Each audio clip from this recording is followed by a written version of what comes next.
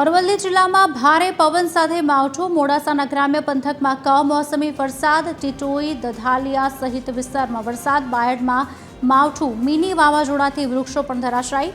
ઉમેદપુર, જીવનપુર, ઇસરોલ વિસ્તારમાં માવઠું। વરસતા વરસાદે ખેડૂતોમાં ચિંતા વધારી છે। બાયડ તાલુકામાં પણ ધોધમાર વરસાદ। બાયડ દહેગામ રોડ પર વૃક્ષો પડ્યા। વૃક્ષો પડતા વાહન વ્યવહારને અસર થઈ છે। મિની વાવાઝોડાના પગલે આ નુકસાન થયું છે।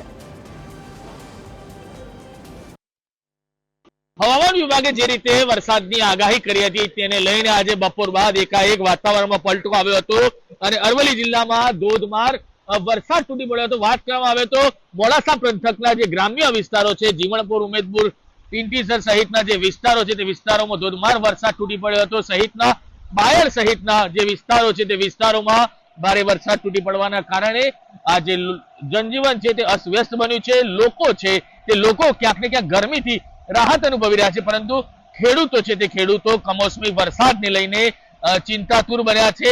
દ્રશ્યોમાં આપ જોઈ શકો છો જે રીતે વરસાદ વરસી રહ્યો છે તે રીતે હવામાન વિભાગે જે રીતે આગાહી કરી હતી તે રીતે હાલ ધોધમાર વરસાદ વરી રહ્યો છે। સમીર વરોડ, TV13 ગુજરાતી, અરવલ્લી।